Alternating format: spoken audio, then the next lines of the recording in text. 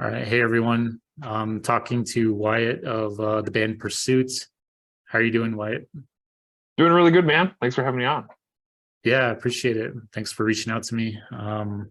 Like we were talking about before, I'm a big fan of the North Dakota scene, especially out in Fargo, which is is that where you're at now? Correct. Yep. I live right in South Fargo, and I've listened to both episodes you've done. You did one with Garrett of Mall, and you did one with Vinny from Phobophilic. Well, I can't remember when the one with Vinny was. That was earlier this summer, I think. Yeah, it And was I a while know, ago. Yeah. yeah, I know Garrett had recommended you my other band, Thrallfrost, and you even bought a cassette from us. I remember packaging Oh, it up yeah. and sending it out. Yeah, I got it right here. Nice. Yeah. That's a split we did with Demi Fiend.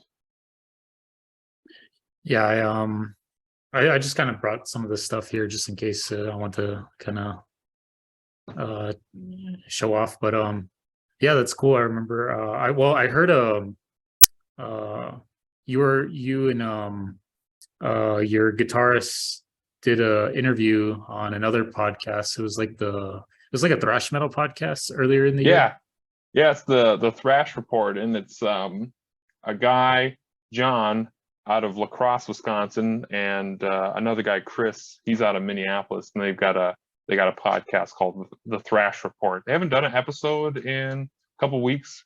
They both got full-time jobs and are pretty busy, but whenever they do put something together, it's always I really enjoy listening to their podcast because just something regional, and they always got kind of interesting takes. The one guy, John, always has a lot of really funny dad jokes.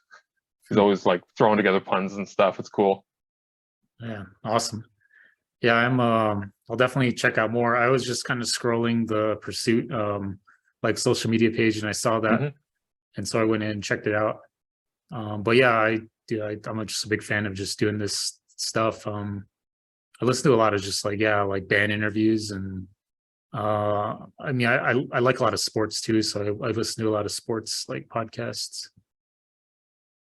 Oh, I Um, suppose I suppose there's probably a podcast for just about everything now. Yeah, I know Pretty you've much. mentioned sports in the past as far as another hobby that you follow, and you follow NDSU football too, right? Yeah, yeah, Okay, that's what I they're in the thought. playoffs now, yeah.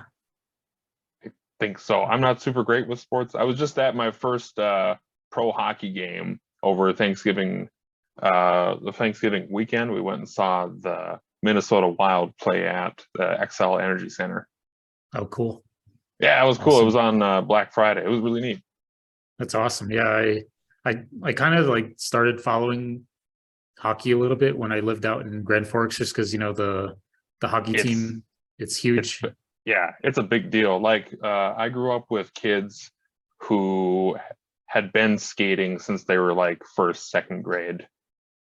It's just kind of the culture up in northwestern Minnesota. Oh yeah, like I remember kind of people I went to school with out there. Like yeah, they were like they would just join like the they had to have like leagues in town, and Hmm. they would have like teams, and they would like play for real like once a week. It was pretty intense. Yeah, it's a big deal, and it's a really big pastime. So my graduating class was 22 kids, and when I was in elementary school, I think half of us played hockey as little kids. Oh wow. Yeah, it's wild. It's just a big deal. As you get older, you know, uh, it was co-ed in the very beginning, but then the next town over had girls hockey. So I think we only had one girl that went off and did that. And then we had a couple boys that were in boys hockey, and then everyone else kind of split off and did whatever other winter sports it was. Yeah, that's really cool. I mean, I grew up in Arizona, like rural Arizona, so out here it's like basketball. So I Yeah, that kind makes of sense. yeah, I get the same vibe though. Like like the support for hockey out there is like just like the support for basketball out here. Yeah, well, that's the thing. Like I grew up in Red Lake Falls, Minnesota, which is only about 40 minutes east of Grand Forks, where you went to school. And all the hockey kids had a big chip on their shoulder, but we didn't have a very good hockey team.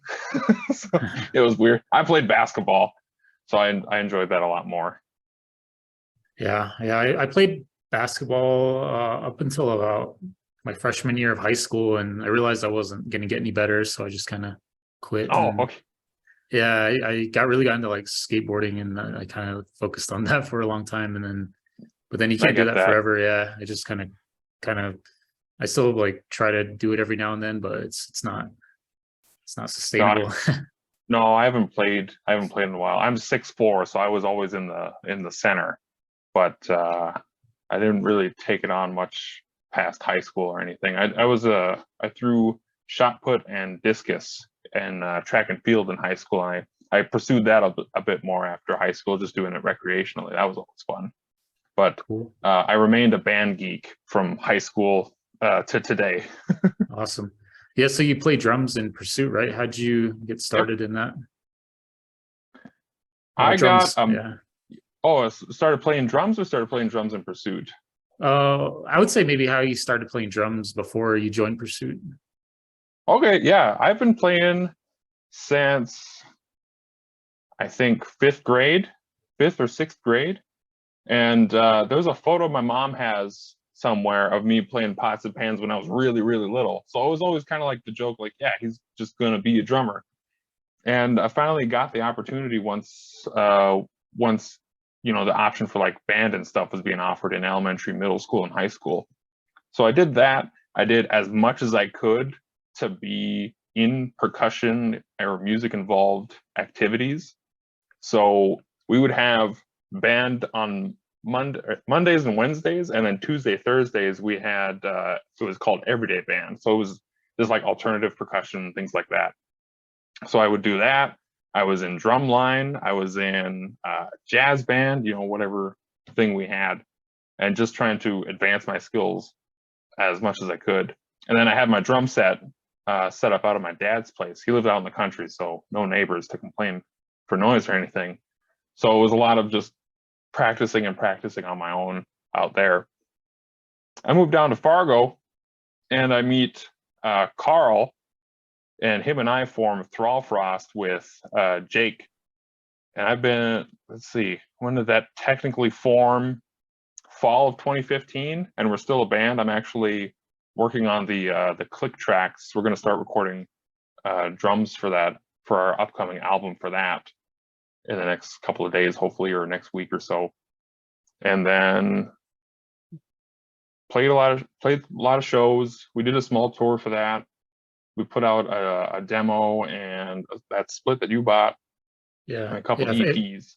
yeah. People don't know Thrallfrost is like a raw black metal Yeah, band out of Fargo, so people definitely check them out. yeah. And, the other band on that is Demifiend. They're really sick too, but they're not super active right now. They're not going to be doing any live shows anytime too soon. So we're essentially the only black metal band in North Dakota / most of Minnesota for a while, at least until you get to the cities. Then COVID hit. I was in the middle of booking a tour for May of 2020, and that didn't happen at all. I remember sending out messages to people March of 2020, like, "Hey, you want to like do this?" And everyone just turned me down. It's like, "Yeah, I get it." So it was a long pause of me not playing drums, and I got a message kind of out of the blue on Facebook, and it was Henry, and his Pursuit was looking for a new drummer. They had been called Pursuit of Cash for a while. It was kind of like a goofy punk band, and Henry wanted to take it to a different direction, and he had got Dalton involved. He plays bass. Got Dalton in. They wrote 2 songs, Scourge of Humanity and Irresolute, which were 2 demos that had been recorded before I joined the band. Their old drummer, I think they fired him technically. I can't remember all the details offhand. So he sent me a message February of 21, said, "Hey, I heard I got some recommendations, and everyone pointed me to you. We want to try out." And I was like, "Yeah, sure." So I learned the songs that he sent me, and I think within about 15 minutes, him and Henry and Dalton had decided, like, "Hey, you want to like be in the band?" I'm like, "Sure," because Henry would like throw out like a Metallica riff, and I'd jam right on top of it because it's my favorite band. So I can play whatever song he throws at me as far as that's concerned. And we worked really hard. We recorded a live EP that's on our Bandcamp and started playing shows. What was our first show? It was like June 19th, 21 out in Wasco's campground for Safety Joe Fest. It's a tribute to one of Henry's friends that passed away due to suicide. Played a handful of shows throughout the rest of 21 and wrote the rest of our album, recorded that end of April, and have been just playing shows. We did a tour in September, and by the end of the year, I think Pursuit will have done 22 shows in the year of 2022. Hopefully we can match or exceed that for 2023. But yeah, it's been a busy year with this band. It's been a lot of just trying to work hard and write really good, powerful music and just get it out to people in any way we can. Oh yeah, I checked out the album, The Scourge of Humanity, that you can stream. People can stream that pretty much anywhere, and yeah, it's really cool. It's definitely got like a death thrash style. I'd say the death thrash only because the vocals, I'd say, are more like death metal influenced. But sorry, you're gonna say that again. My phone cut out. What'd you say? Oh no, I was just saying that everyone should check out the album that came out. Oh, thanks. Scourge of Humanity. It's I'd say to me it's kind of like a death thrash sound, mainly because the vocals are more like death metal. But yeah, I dig it. And then he even got Garrett from Maul on one of the songs, which is pretty sick. Yeah, we were pretty stoked about that. I forget how Henry got that arranged, but I've known Garrett since I moved to Fargo, and then he formed the band Maul. I was at their very first show ever, and just seeing that band thrive and blow up the way they have is really cool. And to have him on our debut album was really something special. We've got a 3-day run with them. We're going to be in Kansas City, Omaha, and then we've got a hometown show in Fargo. That's going to be the 14th, 15th, and 16th of December. So I forget when this is going to come out, but it would be, today is the 7th, so it'd be next week. Yeah, I usually put them out like Monday morning just to start the week off. And then, that'd be cool. Yeah. Yeah. So yeah, but people in those areas should check them out.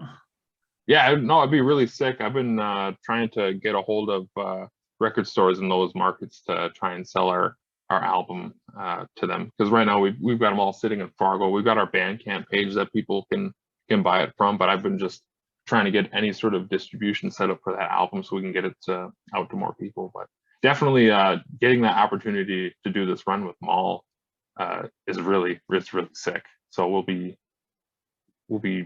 trying as hard as we can to put out a good word and represent Fargo the best we can. Yeah, that's cool that you guys are helping each other out.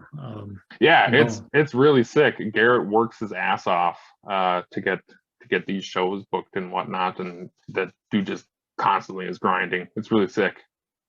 Yeah, like I said, I'm just a fan. Like I live all the way out in Arizona, like the middle of the Navajo reservation, but I still kind of follow that scene in North Dakota, pretty much the Midwest area. I think there's just a lot of bands that are coming out that are getting recognition, like Phobophilic, and there's one band in Illinois, Mulder. I thought that they're really sick.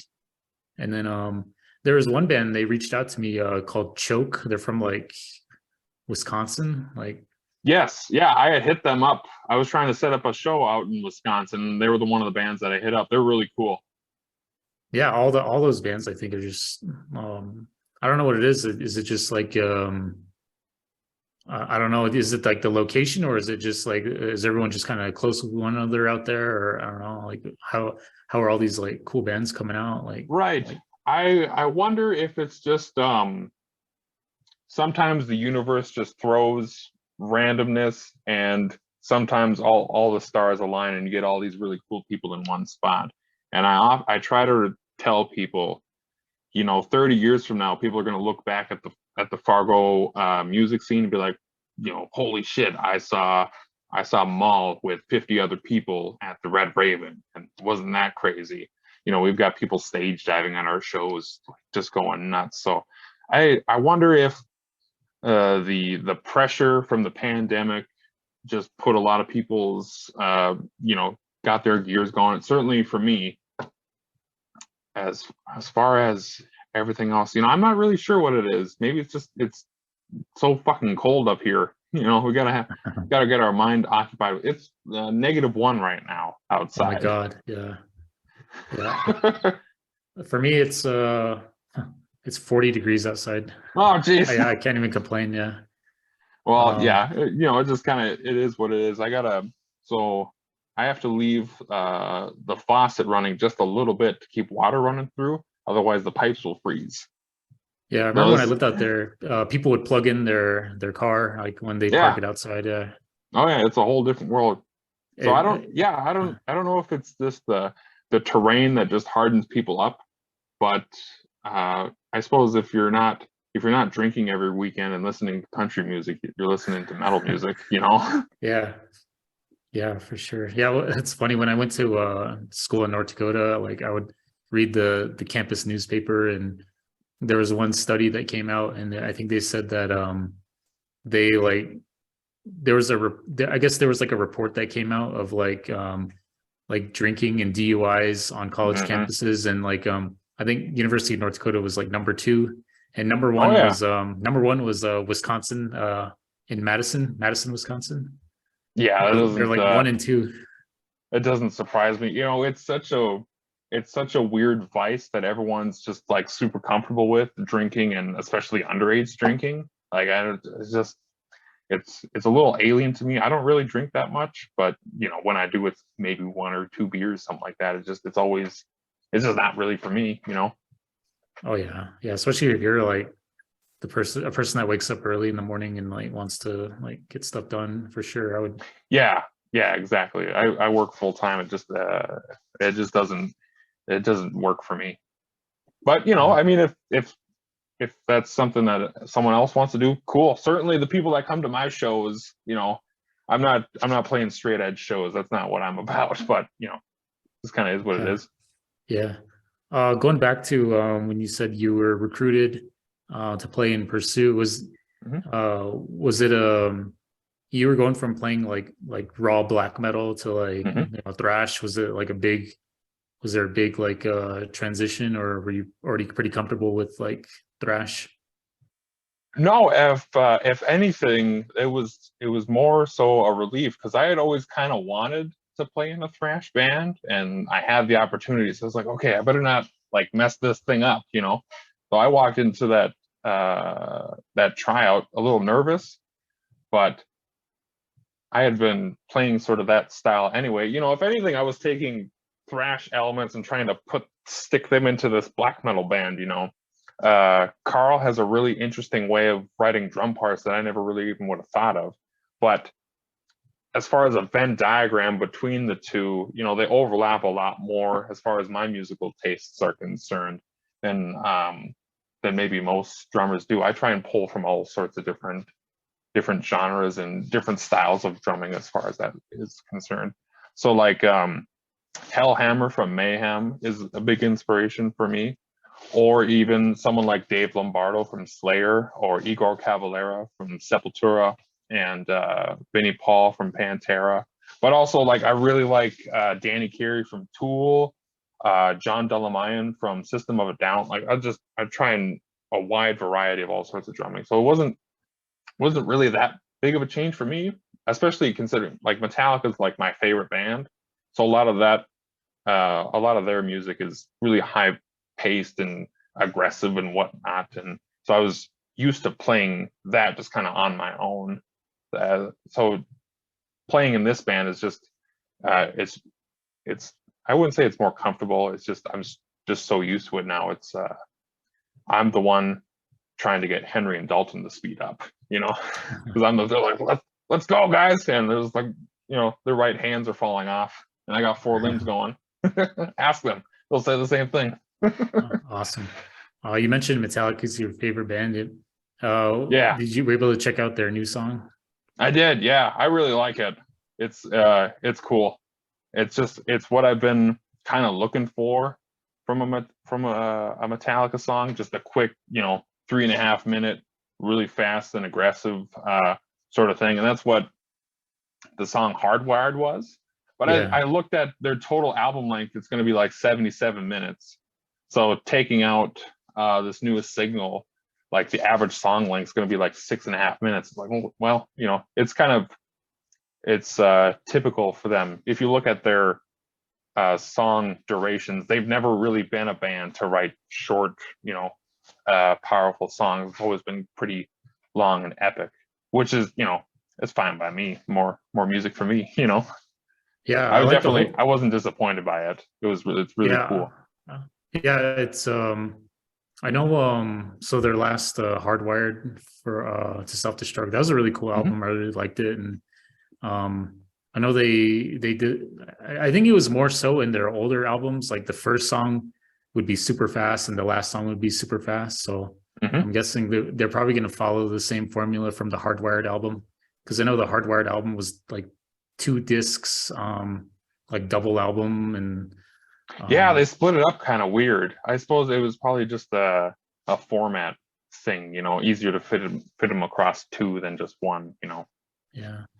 Yeah, I was really tempted to buy a ticket for their shows that are coming up in next year. And Hmm. I don't know. I was thinking, I don't know if I want to buy 2 shows to watch. Like, well, the Pantera night would be cool, but Yeah. the night, I don't know if I mean, maybe, I don't know, but I think I'm gonna wait for the single night shows to go on sale before I go for it. No, yeah, and like I totally get that. It wasn't Five Finger Death Punch and Ice Nine Kills just doesn't, like, I didn't get that. But like at the same time, a buddy of mine and myself, we flew out to San Francisco for the 40th anniversary shows. And it was Dean Del Rey and like a DJ dude before Metallica. It was both nights too. And it was really bizarre. And I saw they came up and Metallica did a show in Grand Forks back in 2018 or 19, and it was Jim Brewer doing comedy beforehand. So I was like, I turned to my buddy Henry when we were in San Francisco. I was like, they could have gotten any band in the entire world to open up these shows, and I don't, yeah, I didn't quite get the opening choice, but they've sold 40 million albums, so I suppose they can kind of do whatever. Yeah, I know. Like Lars Ulrich, he's really good about picking like newer bands. I think he's the guy that like reaches out to bands to Yeah. support their shows. So I mean, I guess Oh yeah. yeah, he probably, I don't know. I think he has more of a business mindset too. So he probably like wants to find bands that will for sure like, Yeah. satisfy And their crowd. that's just the thing. If you ever have the time to go and look at their previous tours and whatnot, there's a whole Wikipedia page dedicated to it. But there's just a whole list of bands that are really popular now that were opening for Metallica 5, 10, 15 years ago. System of a Down, Mudvayne, Limp Bizkit, who else?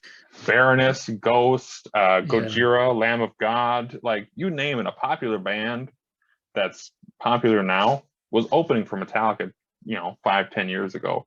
Greta Van Fleet just did a whole leg in South America with Metallica. Like it's pretty.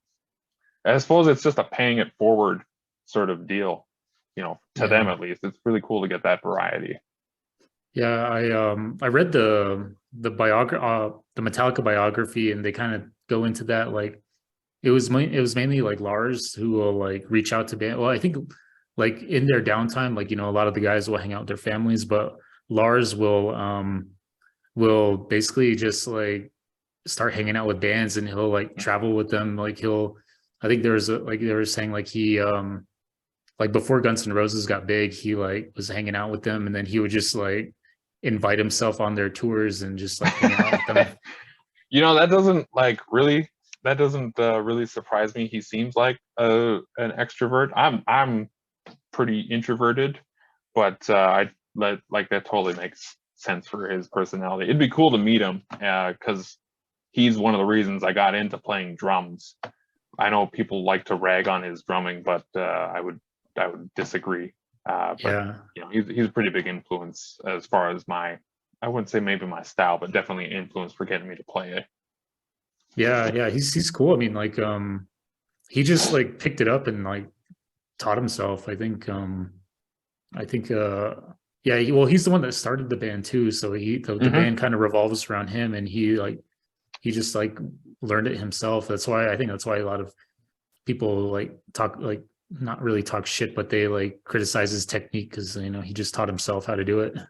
I'd say, yeah, it's weird, and I've gotten into not arguments with people, but certainly debates. And so I know the And Justice for All album. I know that album front to back and inside out, and that is not easy stuff to play. It's pretty damn difficult. Some parts are easier than others for sure, but like Dyer's Eve, that like your ankles burn after playing that song. It's pretty intense. Yeah, that's cool. Yeah, I'm a big fan of Metallica. I'm more I guess they're more like the most like documented band, like the box sets that come out every year. Like they have like Yeah, all those rehearsals and like all those like bootleg like concerts. Like I collect like all those, and like I was like really into their biographies, and just even watching like whatever documentary I see like on like whatever YouTube, like like there's just so much information about them. Like I can't help but like check it out. So definitely it's just a big it fan of the history.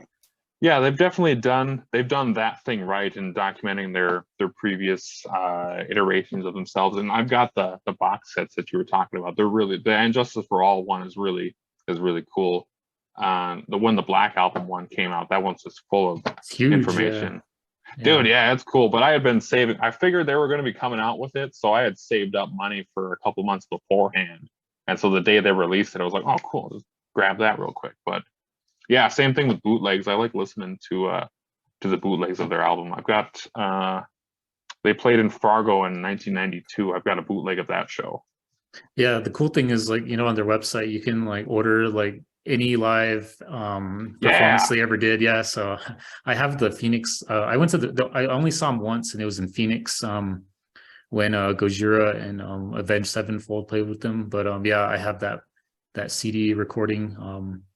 But yeah, that's cool if like, you can always just like find like some year that they played and you can like listen to it.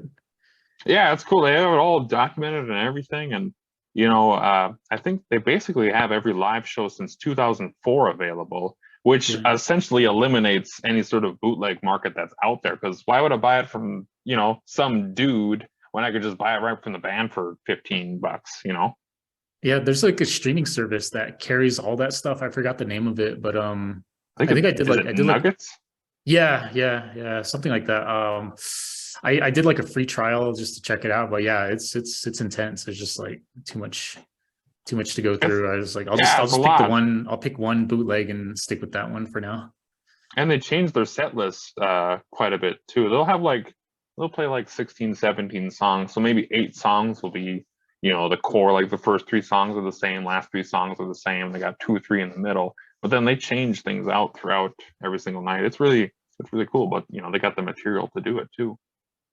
Yeah, yeah. Yeah, I'm hoping to see him in next year. We'll see. I'd rather just go one night and Yeah, I bought the 2 night tickets for the Minneapolis show in 2024. oh So wow. yeah, I got some waiting to do, but that's okay with me. I get to see my favorite band twice, so it's all right with me. Yeah. Yeah, I noticed like they really stretched out their dates. I'm guessing because they're just getting older, I that's mean, cool. yeah, you can't tour super hard and at that age, and it makes sense. We did 6 days in a row, and I was wiped out for a couple days after that. I can't imagine doing a 2-year tour, like Oh they had been man, doing. yeah. Yeah, that's pretty much like I guess how they like supported themselves and how they like kept the momentum going. But that's cool though. I'm just yeah, Yeah, like I'm you glad I said. got to geek out on Metallica for a little while. They're a Yeah, cool that's band. fun. Yeah, it's fun. But yeah, you mentioned some of your other influences. I'm just gonna kind of go down. Um, the black metal. I'm gonna go kind of go backwards. But when you Yeah. were in Thrallfrost, like playing black metal, Hmm. like what were some of your influences for playing black metal? I'd uh, I had kind of discovered it on my own before I went to college. there's a really, really good documentary called Until the Light Takes Us. Mm. And it's these two guys who basically moved to Norway and live with these guys who essentially formed the Norwegian black metal scene in the early 90s. And it's got interviews with Fenris from Darkthrone, interviews with the guys in Immortal, interviews with the guys in Emperor, and who else? Varg from Burzum is in there. Just all these, and just kind of going through what was going on in that scene. So I watched that documentary, and then I started listening to the albums, and just something really clicked with me, at least as far as just the sound and the ambience and whatnot. And certainly, disclaimer, as far as Varg is concerned with Burzum, like, not a cool dude. A couple of his albums were really neat though, but as far as his personal opinions and stuff are concerned, like, no bueno. I don't like that bit about him at all. Just trying to think of a good way to phrase this. There's certain parts of my personality where I need to get frustration out, and sometimes you just need fast, atmospheric noise to kind of take care of that. And that's where I've really kind of latched onto the black metal subgenre and really kind of dove in to try and find where I really like the new Darkthrone album I really like, or Toka. It's a one-man black metal band, and he's really some really cool stuff. So it's just a matter of trying to get it's finding that right sort of ambience. There's some bands though that are just not for me. It's just like blast beats for half an hour, and it's like, well, where's this going? Yeah. Marduk is one of those bands, or like Dark Funeral. I just don't get, but it's just not my style. But certainly Darkthrone and Mayhem for sure. I really like those bands a lot. Oh, nice. Yeah, there's a couple like black metal bands around here. I guess the big one's this band called Mutilated Tyrant. They're like just a few miles where I live, but yeah, they're all like I think most of the members are like Native American, but yeah, they're really cool. I would say, yeah, it's pretty similar to Thrallfrost, just super raw black metal. Yeah, but, and I gotta give some props to Carl for sure for writing a lot of that music, and for Jake for writing a lot of it too. So I know them really well, but I can definitely, like, this one sounds like a Carl song because it sounds a lot like Toka. It's a little bit more progressive. The time signatures are a little goofy, and I can tell these songs over here are Jake written songs because they're a little bit more Darkthrone infused and more powerful and a little bit more epic. It's cool to have the two. It's kind of the best of both worlds as far as I'm concerned. Yeah, that's cool. And you ever like see yourself like going back and playing in either Thrallfrost or any other like black metal projects? Oh yeah, we're going to be recording our debut album hopefully in the next couple of weeks or so. Carl put together so I've been listening to the click tracks at work, so he just put together like one or two guitar tracks and then a click track underneath it that we had kind of worked out, so that when I go in and record drums, everything's kind of lined up properly. Because we had done some recordings beforehand where it was like just guitars or just a click track, and I can tell where my mistakes are, but I don't know if anyone else can. So just trying to learn from previous experiences. But no, certainly if Thrallfrost is still active, it's just a matter of Okay. trying to get things up and moving again. And it's an abrasive genre to begin with. So whenever I contact like record stores or venues or promoters being like, hey, I play in a black metal band, and I get rejected a lot, like, I don't take it too hard. It's like, yeah, no, I get it. But there was one venue that I contacted, and I was like, yeah, we do all sorts of independent shows and whatnot. And I called them up and I said, yeah, I play in a black metal band. They're like, oh, no, we don't do small shows at all. I'm like, oh, okay. I see. Yeah. Oh no, that's cool. Yeah, I definitely will check them out. new material from Thrallfrost whenever it comes out. Like I said, I like to follow all the bands in that area. And then like just like I guess we kind of already talked about the scene in Fargo, but are there other bands you would recommend people check out from the Fargo area? Mm-hmm. So they just played their last show, but I'm still going to recommend them. They're the band. Let's see, I'm wearing the shirt. It's a band called Swing Low. They're Okay. a hardcore band. Their stuff should still be on Bandcamp, but this is one of the first T-shirts I ever bought. It's Ice-T wearing a Slayer shirt on a Swing Low shirt, so that's kind of cool. So there's Swing Low. There's Baltic the Boardwalk. They're another melodic hardcore band. Triple Deek is another hardcore band. Spec, so SPEC. They're a newer band. Everyone knows Phobophilic and Maul. So if anyone doesn't know who those guys are, you should definitely. I know you know who they are. Oh yeah. I think who else. There's more at the tip of my tongue. I can't remember. Alien Conspiracy is out of Fargo here. Any other? I know there's more, but I can't think of any right now for sure. Fell from Minot. They're not from Fargo, but it's FEL. They're like a blackened thrash metal band. A lot of Motorhead inspired riffs. There's more of a rock band called Gradience. GRADIENCE. We did a Halloween show with them a couple weeks back. They put on a really great show. Oh, awesome. Yeah, we'll definitely check out those bands. Yeah, there was one band I remember when I was living out in Bismarck. I never got to see them live, but it was Frosthelm. Yes, yeah, you remember them? They're cool. Yeah, it's like super like thrashy, like black metal. It's pretty sick. I know some of the members of Frosthelm went and formed Fel, FEL, that band from Minot we were talking about. I don't know if Frosthelm is still a band. Ghostbath is from North Dakota. I know that, but I don't know if they have any members that live in the area anymore or not. I can't remember. Yeah, I remember they blew up like really. They were like, I remember they were getting like just a lot of press, and I think at the time it was everyone thought like they were from China or something. Yeah, they blew up in the weirdest way. I think the dude, he like sent the demo to Relapse, being like, "Hey, we're a black metal band from China," and they're like, "Oh, dude, yeah, let's jump on this." And I mean, it's good music. I like it. Yeah, but it's cool. I like that. Yeah. It's an interesting. It was an interesting way of going about it too. I've got the new album, but I haven't gotten a chance to listen to it yet.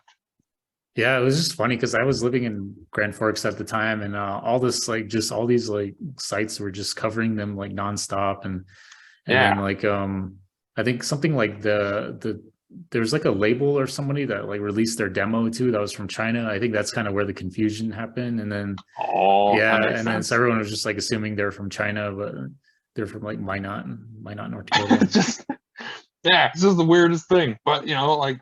If that works, if that gets you to cut through the noise, and I mean, it seems to, they're on the cover of Decibel, and they've got pretty big. I think who were they just on tour with? Was it Borknagar? I think they were on tour with. It was like it was like over this past fall or this past spring. It was like a Rotting Christ, Borknagar, yeah. Well, I still dig them though. They're cool. But that's everyone should just check out all these bands, and especially the new album Scourge of Humanity. You mentioned that you guys are selling some like physical like CDs on your Bandcamp. Yeah, we got a Bandcamp page. I think every band worth their salt should put together a Bandcamp page at least. If someone's not interested in doing Facebook or Instagram or what, like I get that, but definitely a Bandcamp page is kind of where it's at. And then, I've been trying to cut deals with any online music distribution sites to sell the physical CDs or record stores. Everyone that I've ever called so far has been really, really helpful. So either like cutting a consignment deal or some sort of wholesale deal to anyone, but just getting it out to the world any way I can. I imagine there's probably a record store in Albuquerque, right? Yeah. Shoot, let let me see. It's like a comic book store. Oh yeah, that makes sense. There's one of the Ojada Records up in Grand Forks is like that. Yeah, it's the downtown Albuquerque. Let me see. It's called I think it's called Astro Zombies. Nice. Yeah, yeah, that place. Yeah, they had it's like comic books and records and CDs. So And yeah, that's been the difficult part is some places only sell vinyl records. And when I'm on the phone with them, I'm like, yeah, if I had a vinyl record, I'd sell it to you, but I don't. I got a CD. The cost for production is so much lower than putting out a vinyl record. And I'm definitely a fanatic when it comes to collecting vinyl records and a little bit of an audiophile. So for me, yeah, if I could get out an actual vinyl record, that'd be the coolest thing. yeah, I like CDs. I guess maybe it's because I just grew up like in the like 90s and like Oh early yeah, 2000s when, having like a CD player was like essential. And yeah. yeah, so I kind of fall back on CDs a lot. And I do like to get the vinyl. I only usually get the vinyl if I really want to like support. Because I usually like I really gotta like it's like an investment for me. I really gotta like, I really gotta know what I'm in for. I don't really do a lot of Hmm. blind like, buying of vinyl, but usually the CD if it's like if I'd never heard of it and I want to check it out, I'll almost always get the CD or digital like copy. But Yeah. And I probably can't see it, but I've got behind me a shelf full of CDs. That's oh where yeah. I started out. I just had a little box. The first, trying to remember what the first CD I ever bought was. I think the first CD I ever bought with my own money was City of Evil by Avenged Sevenfold. Oh nice. I don't know if you ever listened to that one or not, but my older Oh brother yeah, had it. And yeah. I bought it from Walmart. It's the censored edition, which isn't my favorite, but yeah, it's the first one I ever bought. And now I got a bunch of records and a bunch of CDs, so Yeah. it's Uh, nice. I'll tell you my first CD, it was the Spawn soundtrack. You remember the movie Spawn? Oh no way, really? Yeah, it was like the Huh, cool. 1996 or 7 movie. I just remember it had like a Marilyn Manson song on it that I thought was Yeah, like really catchy.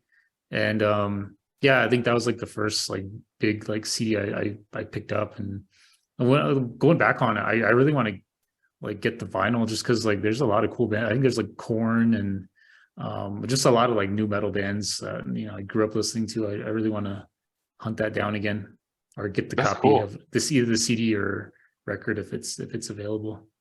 Do you have a Discogs account? You ever heard of that Yeah, website? yeah, oh Okay, yeah. cool. I haven't updated it recently, but yeah, I know that there's like people that sell a bunch of stuff on there.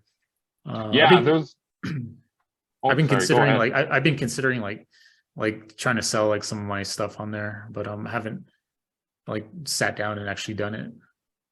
Yeah, I've got all the records that I've listened to cataloged in there in my record collection. And I'm trying to get through my CD collection too, so I've got everything cataloged, but I spend more time on that than I care to admit. But Yeah, there's so much cool stuff on there too. yeah. I was really into updating my records on it, but it's been almost like a year since I've done it. But I noticed that if you open the app, you can scan the barcode, and then Yeah. it'll give everything. It'll list the tracks and everything. Cut the you don't have to like manually enter it. You can just scan the barcode. It's really cool. Oh, yeah. The worst are older pressings of any Black Sabbath record I have, or Led Zeppelin or Van Halen, because there's just so many pressings of all those albums, and having to sit through all that, they're a real pain. But what was I cataloging? I got a Sturgill Simpson album called The Dude and Juanita, and there's only three copies. There's only three editions of it on vinyl. So I was like, well, I have that one, and click next. I was like, Yeah, that was easy enough. yeah. Yeah, I got to get back on it and update it because I noticed like when I was really into it, people would like message me and ask me like about certain like records in my collection, and Hmm. I think I even did a few trades that way too. It was really cool. Yeah, it gives me access to stuff that I didn't know existed, whether it's like a promo single or some kind of one-off deal, or maybe it's a record that it's not going to be in Fargo anytime too soon, but I can buy it from this guy in Japan, and maybe I can cut a deal with him on, on shipping. Maybe I buy a couple things from him, and he kind of gives me a deal on some stuff. Yeah, awesome. Yeah, I'll definitely check out your Discogs page. And then I'm gonna try to update mine. Yeah, no, it's a cool website. I got Henry from Pursuit into it, so he's got all of his records on it now too. Nice. I usually like to. I'm kind of gone through most of my questions. I like to ask. Just I'm curious, like kind of. Well, I guess it's like the end of the year, but were there any like end of the year or favorite albums that you wanted to mention from this past 2022? Sorry. I'm not super good at that. I've got every time someone recommends me an album, I put it in my big Excel spreadsheet, and I keep track of everything I've ever listened to. So I'm always jumping from year to year to year. So I don't really, gosh, what's one that I listened to a lot this year? I listened to Human by Death a lot this year, so maybe that's my album of the year. That's awesome. Yeah, hell yeah. Yeah. So, yeah, that or what was the second Necrophagist album? I listened to that a lot this year too.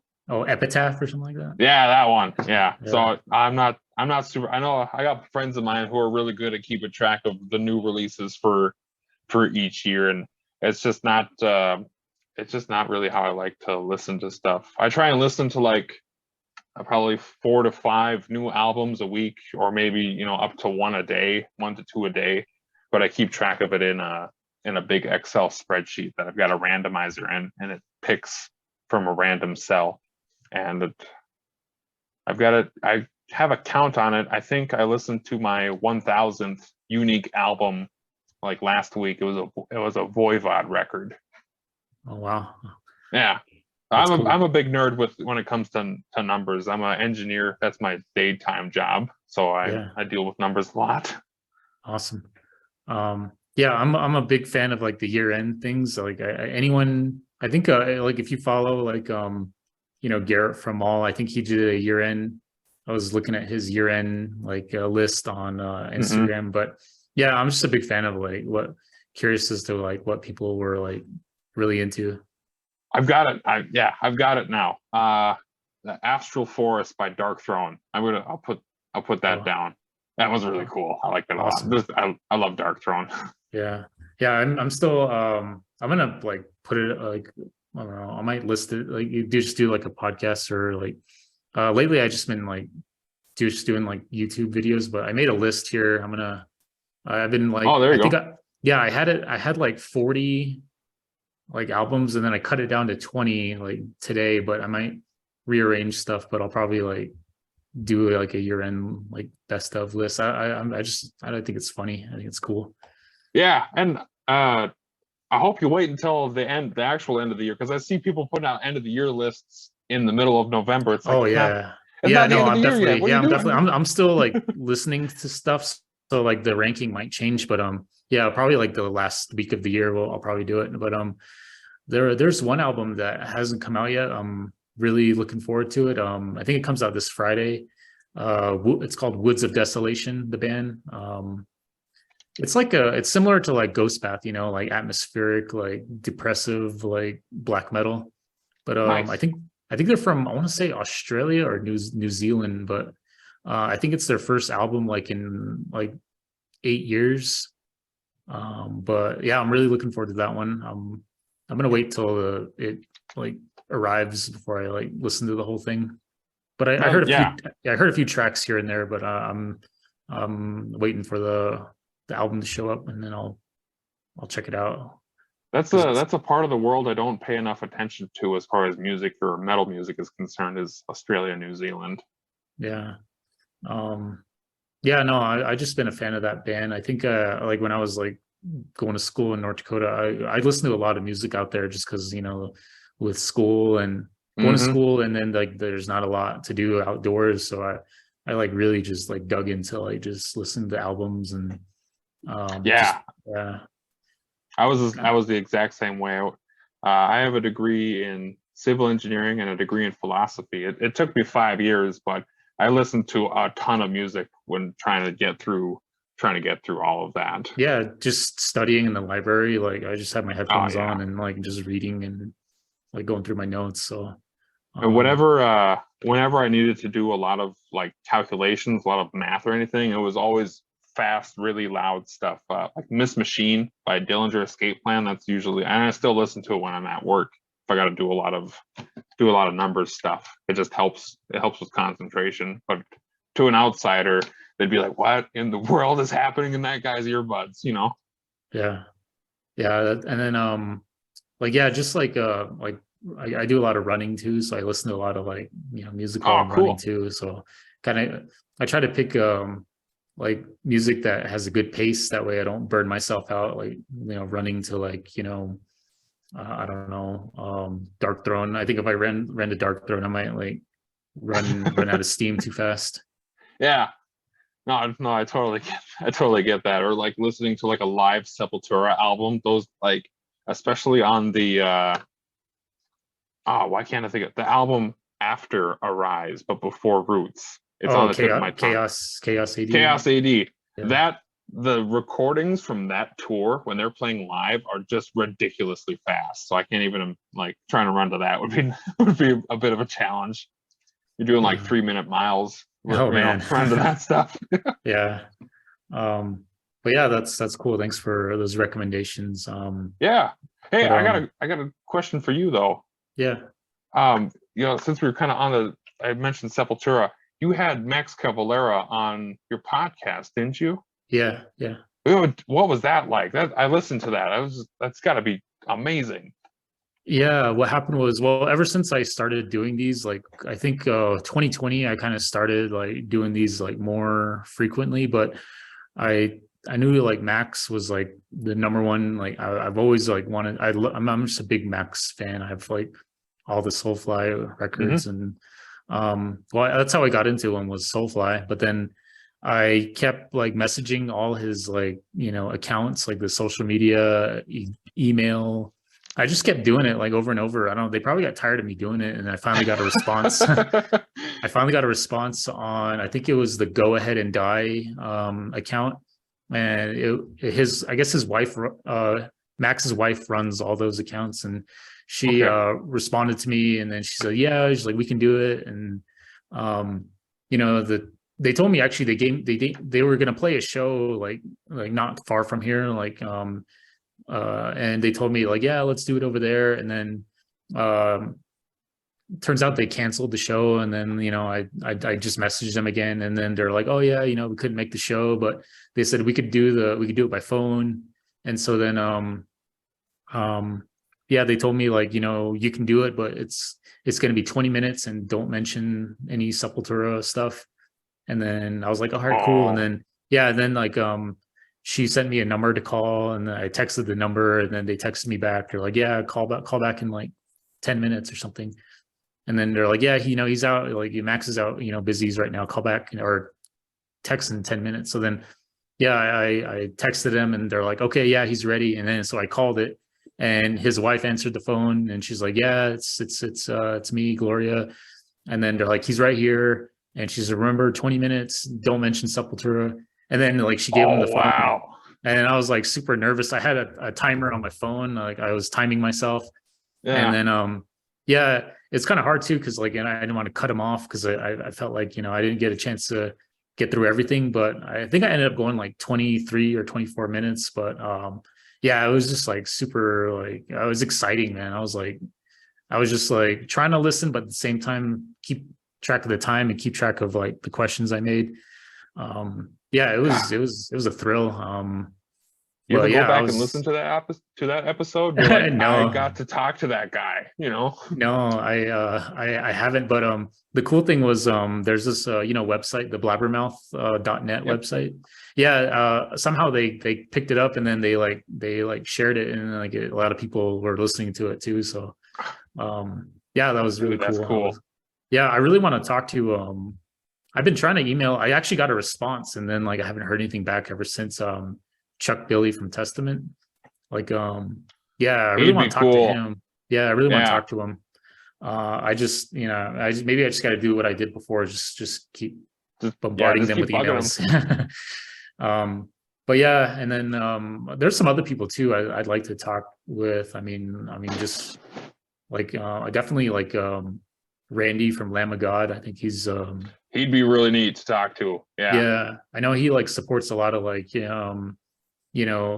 like what stuff that like the Native American people go through, and then I really want to talk to the what's his name, Joseph, I think, or Joe from Gojira, the singer of Mm-hmm. Gojira. That'd be really Mm-hmm. cool. And then if I can get like a couple of those more people, then I'll just call it a day. I'll just quit. Yeah, I imagine you probably have like a dream list of like, I want to talk to these people. If I could do that, that'd be yeah, I can't even imagine. I almost got an autograph from Max one time. They Soulfly did a show at the aquarium downtown Fargo, and it was packed in there. Like I think they went a little bit over capacity, but I'm not a fire marshal. There's only there's only two ways to get out of the aquarium if you're on stage. One is past the ticket window, and the other one is through the back where the bands load all their gear. I'm thinking like, there's no way he's walking all the way through this crowd. So I walk downstairs because I've played a bunch of shows at the aquarium. I know where the stairs is. So I'm waiting down there and I'm waiting for the show to end. And sure enough, here he comes with his tour manager down the stairs, and I can't get a word out. I'm just like, hey man, can you? And then his tour manager was like, nope, we don't got time for this. And I had the CD covers for him to sign. He goes, it's all right, man. And then he gave me a fist bump. So I was like, Oh well, man, I got that at least. I met the yeah, dude that I've been seeing on on these album covers, but would have been cool to get an autograph from him. yeah, dude, that would have been legendary. I mean, yeah, any show that he does, I'm gonna try my best to see. I really want to see his project Killer Be Killed. Like Yeah, I think yeah. they've only done like European festivals. Like I don't think they've ever played in the US yet, but that's the one I really want to see. My girlfriend really likes that band. I'm like, this the dude from Sepultura, you know that? She's like, yeah, yeah, I already know that. I'll just keep bugging her about it. Yeah, But yeah, I who really else want to is see in that? them. That's the singer of Dillinger Escape Plan, Yeah, yep. Greg, the guitarist, Mastodon, I forget his name. Oh, Troy Sanders Yeah, from yeah. Mastodon. And then And isn't it then like it's the drummer from the Mars Volta, isn't it? Or do I got that wrong? I think he was on the first album, and then no, wait, yeah, you're right, yeah, that's right. Okay. Yeah, yeah, and then the bassist, I think they've been switching bassist. I think it was like I want to say the basis of Converge, or the basis of I want to say it's Converge, but I might be wrong. I'm pretty sure. I'm not sure actually, but I know the basis kind of changes. Okay. Um, but yeah, they're cool. I mean, like they're really catchy. I think yeah, it's just I don't know if it's like their Max's attempt to like write like like rock kind of music, but I think it's cool. It's eclectic because when you think of all of those bands, Dillinger, Mastodon, Mars Volta, Sepultura slash Soulful, like it's kind of all over the place. And with all those different personalities, I would think it would be really difficult to write anything decent, but they seem to pull it off. It's a really cool combination. Yeah, I just want to figure. I'm like banging my head against the like. Well, trying to figure out who that bassist is for Oh Killer Be yeah. Killed. See, I thought Troy Sanders was playing bass, but maybe he does guitar on that. Let me see. Okay, I found it. All right, yeah. Okay, never mind. I got it wrong. It's the drummer of Converge. Oh, that's what And it is. Okay. yeah, you're right. Yeah, it's the Troy Sanders plays bass, Max on guitar, and Greg of Dillinger. Yeah, okay. So that's how it goes. Okay, yeah. So you're right. Troy Sanders on bass, and then the drummer of Converge, Well, Ben I mean, Kohler. it's still pretty wild. Converge is a Yeah, great band. Uh, Did you ever get to see the Dillinger Escape Plan live? No, I know. They're done, right? I never got a chance to see them Yeah, live. I saw them with my older brother, who's also a really big fan of Dillinger. We saw them at Northern Invasion in 2017 in Somerset, Wisconsin, and they put on a Dillinger show, but it was only like a half hour, 40 minutes, something like that. So Mhm. I wish it would have been a bit longer, but as far as I'm concerned, they don't have any bad albums. Yeah, I only got into a couple of them. I want to say, I think when I was like really discovering things like out of high school, I remember like yeah, listening to a bunch of their Relapse albums, and then I think Yeah. my taste kind of like started going towards like I don't know, like I guess like thrash and death metal and black Hmm. metal, and I kind of like shifted away from like I don't know, I guess bands that weren't those that style. But yeah, I definitely remember hearing like yeah, like the Miss Machine album. Which is just as a drummer listening to that album, it hurts my brain listening to it. It's like, how was that even possible with just four limbs? I don't, it doesn't make sense to me. Yeah. Yeah, I'll definitely go back and like check out some more. Yeah, how are their later albums? I really didn't really get a chance to check those like the last two albums they put out. The last Um, one that they put out, I don't want to say it's mainstream, but it's definitely got a bit more parts to it.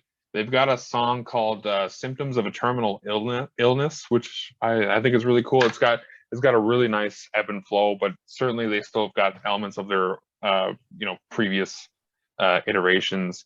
Um, One of Us is the Killer is pretty much great front to back.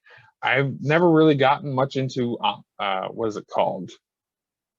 Is it Operation Paralysis or oh yeah, yeah, Option yeah. Option Paralysis?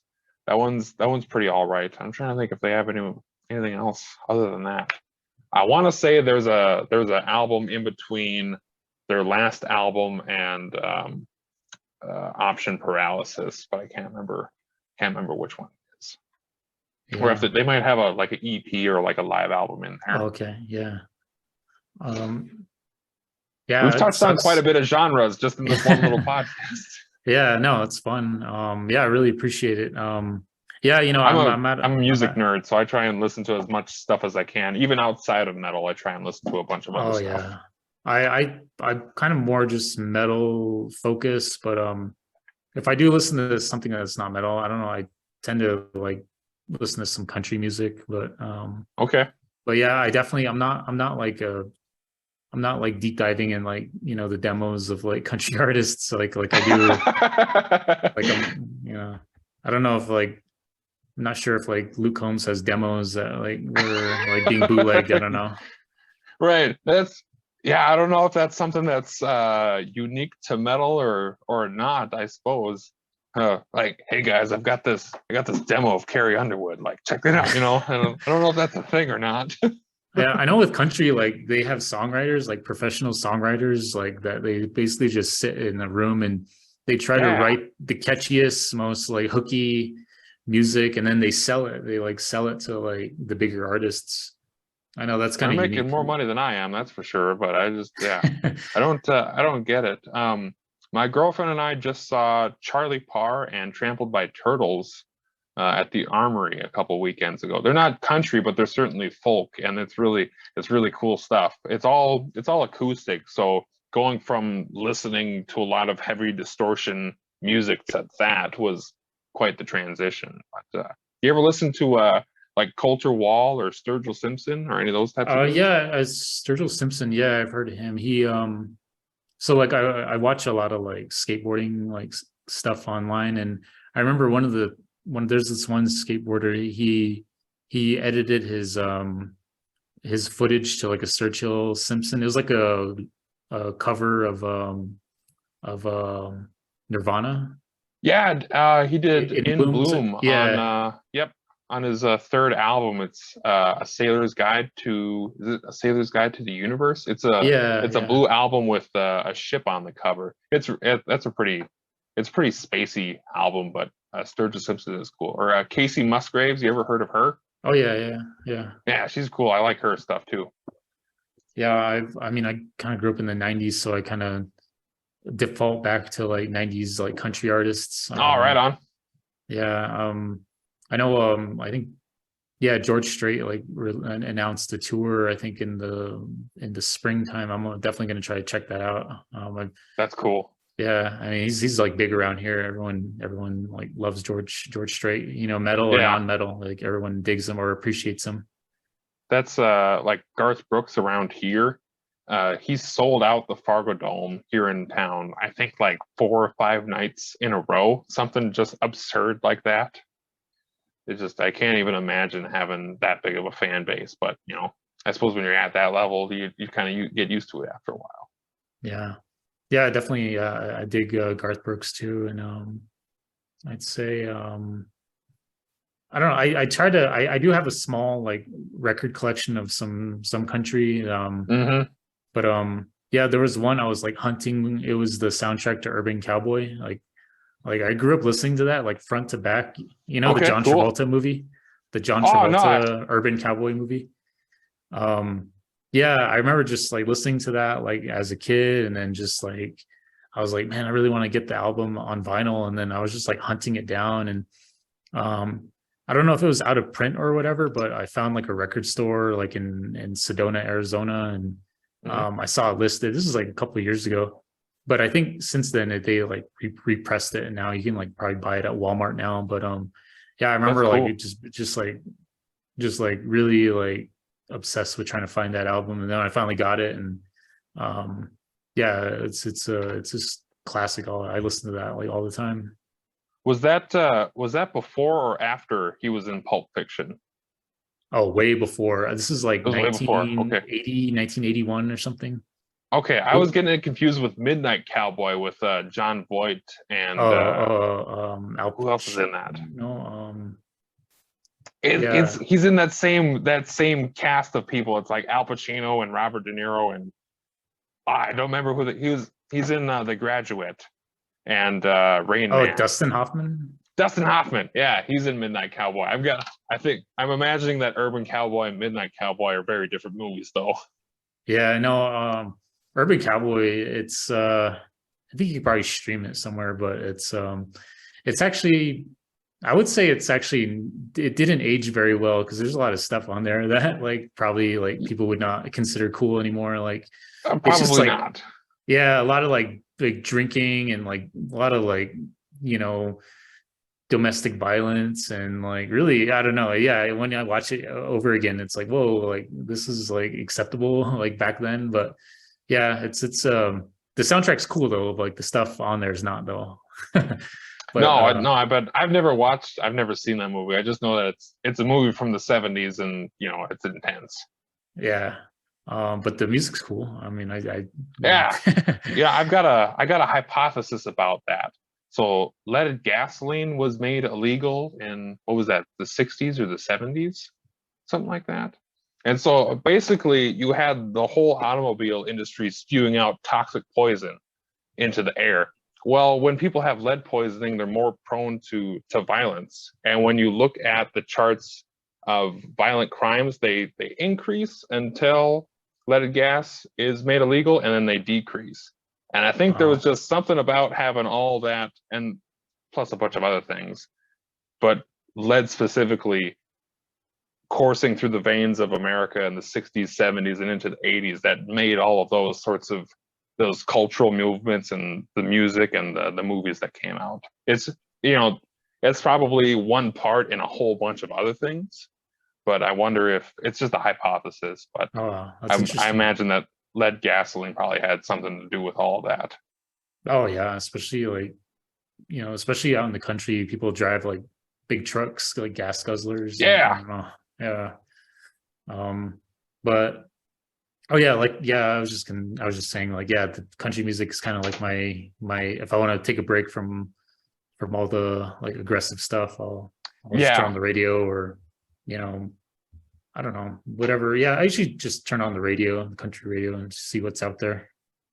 and I like blues music, so I like R.L. Burnside and Junior Kimbrough, like early Black Keys and Stevie Ray Vaughan. So, uh, and I also like to listen to like hard bop jazz, mostly for the instrumentation of it's really interesting.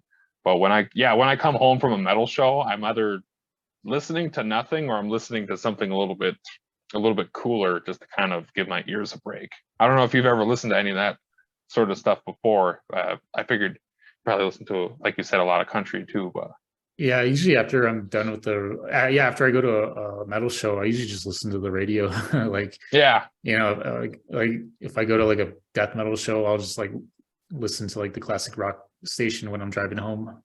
no, I totally get that. And there'll be times, it's a 20-minute drive from where I live to where the aquarium's at.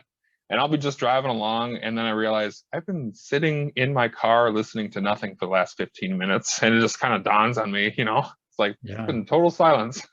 yeah. Are there, I know there's a bunch of like local like bands out in Fargo that play, but are there a lot, have there been a lot of like more like national bands that have been going through Fargo? Uh, Not particularly. I suppose there's a band called Ken Mode, and I had seen them. I had seen they're like getting reviewed and stuff like that, but they're on the lower echelon as far as national recognizability. We don't get a whole lot of bigger metal shows in town a lot. Trying to think. Well, my first show ever, I should maybe take that back. My first show ever was Slayer, Testament, and Carcass at the Fargo Civic Center. It would have been March 2016. And I know Ghost has played in town a handful of times. They played at the Civic Center and at Shields Arena. I only live a couple blocks away from there. Yeah. Anthrax did a one-off show at the Sanctuary Event Center. It was 21 plus, so I couldn't go. But they were on tour with Slayer for I think it was for their final world tour, and Anthrax did a one-off show here in Fargo. They're just so we've got the aquarium, which is like a 200 capacity venue, and we've got the Sanctuary Event Center, which is, I'm just gonna guess, probably 600-700 capacity venue if you want to pack a show in there. And then from there up, it's either the Shields Arena, which is like 19,000 people, or like the Fargo Dome, which is like 20 or 25. So there's nothing good for kind of in between. And people haven't been booking shows at the Civic Center for whatever reason it is. So there used to be a venue in town called, it was called Playmakers and the Hub. And it had a bunch of other names, but like Lamb of God came through there once, Motorhead came through there once, War came through there once. And it shut down. I imagine it's just, like anything, it's hard to run a venue. And now it's a wedding venue. I was there a couple months ago. I was like, this is a really nice place, but Motorhead played like right there, And Yeah. now I'm watching a bride and groom have their first dance. Like, it's just so weird. So That's awesome. I think I'm guessing some of it has to do with that. There's just not a good mid-sized venue for bands to come through. And like we were talking before the podcast, like unless you're going to do a run through Canada, go up to Winnipeg and then Saskatoon, Edmonton, there's nothing from Fargo all the way out to the West Coast unless you want a chance at going through Idaho or Montana, especially in the winter from December to February. Like, good luck driving through Montana and Idaho. And so we're more or less landlocked for that reason, as far as metal is concerned. Yeah. Oh, that's cool. You mentioned the Slayer, Testament, Carcass. I was at that show, like in Fargo, like when You I were was at living that there. show? Yeah, I was at No that show. way. Yeah, I drove from. See, I told you. Yeah, we've crossed paths before. Yeah, I was living in Bismarck at the time. I like drove. It was nice. I remember it was on a Saturday, which was cool because I didn't have school or anything. Yeah, I drove like from Bismarck to Fargo, and it was actually my first time seeing Slayer. Let me grab something real quick. Hold on. Let me see. Yeah, there it is. I caught this at that show. It's a drumstick from Paul Bostaph. Oh, damn. Yeah. And it was like the coolest thing. He just like threw it and I snatched it right out of the air. Yeah, I'm 6'4", so I'm taller than most people. So I was able to just grab it. I don't know if you could see that or not. Yeah, but I can see that. That's It's all sick. chewed up and stuff, and still got the grip. It's dried out now, so it moves. But yeah, dude, it's like the coolest thing. Yeah. So yeah, that was my first concert ever. Was that show? Nice. Yeah, that was yeah, that was cool. I mean, yeah, I remember just driving there on a Saturday, and then I actually drove back to Bismarck that same night. I think I got home like Oh, at that's rough. 3 in the Yeah. morning or something. Um, and then yeah, you're right. There wasn't a whole lot of shows when I was out there. I remember there was one. I think it was like Devil Driver and like Whitechapel played. I forget the name of the venue. But I remember it was like luckily on a weekend I got to check it out, and then um there's like I remember going to like the record store out there, and then I remember the dude running the record store out in Fargo. He told me there was a show going on, and I went and checked it out. Um, like just down the street from the record store. I forget the name of the band though. Like Ire Wolves or something like that. Ire Wolves or That I think uh, they're a band from Duluth, aren't they? Was that at the Red Raven? yeah, they're like I don't know, post metal, like That sounds about right. I think Thrallfrost had been asked to do that show, but we had other commitments or we couldn't be on it for some reason. I don't. I can see the poster of that, but I don't remember going to that one. yeah. I remember there was a couple of shows going on like around like February. I remember I was living in Grand Forks. I really wanted to go, and then when I went outside to start my truck, my battery died, and I was like, "Oh shit, I can't go now because of the winter." It's the Yeah, worst. Yeah, yeah, we've got kind of a hard rule now. It's like no out of town shows January and February, just because it's I don't know. And other bands do it, and that's up to them. But it just seems like it's a big risk to go out and play 400 miles away and then get stuck there for 2 days, or it's -20 out. You know, it's just it's a real big risk. And I've seen way too many shows get canceled or postponed to March because of it. So it just kind of yeah, it doesn't make sense to drive out of town, especially when it gets really cold, like -20 with a wind chill. It's like nah, no one's coming to this anyway. yeah. Oh man, yeah, that's intense. I only experienced it like those couple years I was there, but yeah, I think the coldest it gets here might be like 20 degrees, but Yeah, which it's not nothing. I mean, it's enough for someone to maybe not get frostbite, but certainly, if you're out in the elements, it's nothing to sniff at. yeah. Yeah, and then if you're in the Phoenix area, the coldest it gets like is like 50 degrees. It's That's so yeah. wild. Yeah. Yeah, it's paradise So, around this time. so this time last year was those Metallica 40th anniversary shows, and my buddy and I we flew from Minneapolis direct to San Francisco, and we get off and it's like sunny and it's like 60 degrees out, and we're like, why do we live in Minnesota again? And we had driven from Fargo to Minneapolis. We were both living in Minneapolis. We stayed at his folks' place. They live in Minneapolis. And we were both living in Fargo. We drove there. And you can watch the temperature increase as you drive from Fargo to Minneapolis. It's like on average, it's like 10 degrees, 15 degrees colder in Fargo than it is in Minneapolis. And then where I grew up in Red Lake Falls, Minnesota, it's 10 degrees colder than Fargo. So you drive from Minneapolis to Fargo up to Red Lake Falls, it's 20 degrees colder round trip. Oh my God, yeah. Yeah. So it might be 32 in Minneapolis, but it's 12 in Red Lake Falls. Yeah. Oh man. Yeah, I definitely yeah, I remember like during those times I just like stayed in my like apartment, and I would like study all the time. Like I never left. Mm-hmm. But Mm-hmm. yeah, after I left North Dakota, I moved to Phoenix, and I was there for 3 years. And yeah, it was pretty, I mean, I get kind of expensive though, because like there's like a metal show like almost every night of the week, and it's a Whoa. pretty like big market, so like a lot of like big national bands will play. And so I remember like one week I think I went to a concert like I want to say like 6 nights out of the week, and it was like intense. It was just like I But knew Yeah, it's I knew You like know, I knew I wouldn't live there very long, so I had to go. yeah, and that's the thing. Like sometimes you gotta go to 6 shows in a row, because you never know. My whole thing now is like, well, I just got done going through a year and a half to 18 months with no shows.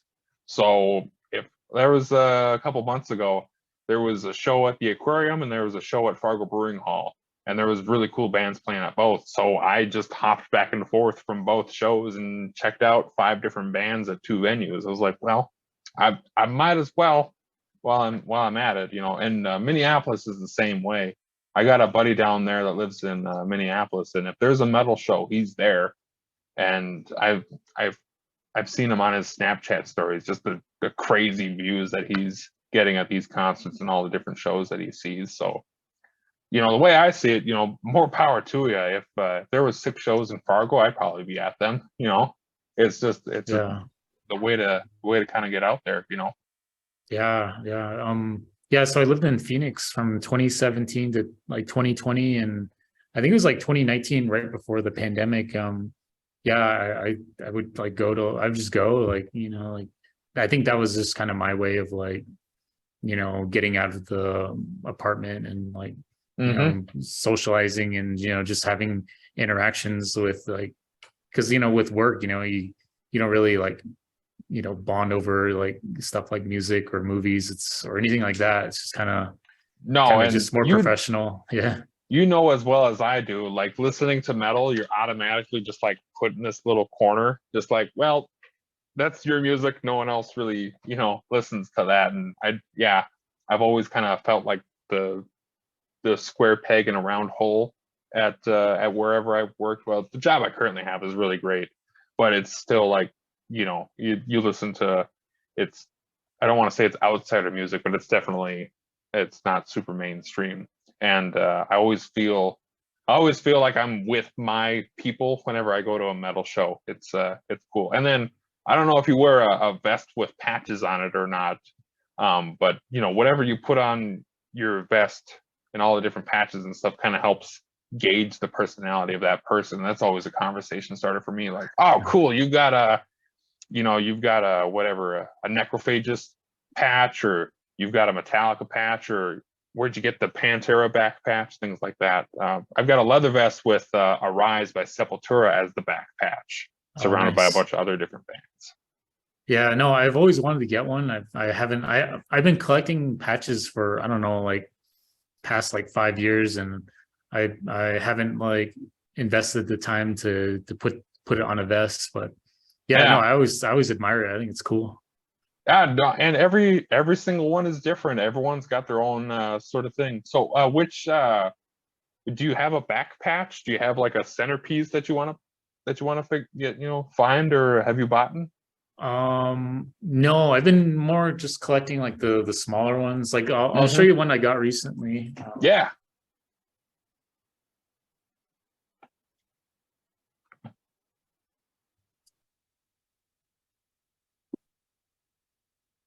So a few nights ago, I saw this band Wake and this band Wayfair. Oh, I've heard Um, of them before. yeah, I got the flag behind me. It's the cover of a Wayfair album behind me. Oh, sick. They're like one of my favorites. They're like actually, yeah, they're like a black metal, but then they infuse black metal with like Western like movie soundtrack, kind of like Dude, cool. steel guitars and like organs. And so yeah, this is who I saw. I've been collecting little patches like this, but Yeah. I don't have the big one though that you mentioned, the center one, the Yeah. center I mean, patch. you know, you can do whatever you want. I've certainly seen vests online and in person where people just put a bunch of patches on.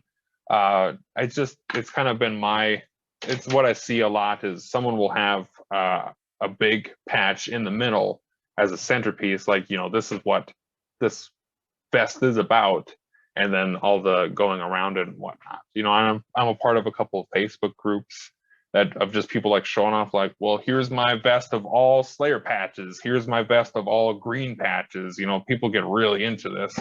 you start getting, there's some dudes out there that got like 20 vests of all different sorts, and you gotta, I imagine they got pretty good calluses on their hands from all that sewing.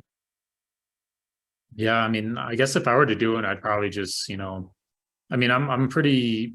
I grew up, was like born and raised in Arizona. I'd probably maybe kind of design it around like bands from Arizona. That way, someone's curious about the Get a area. gate creeper patch.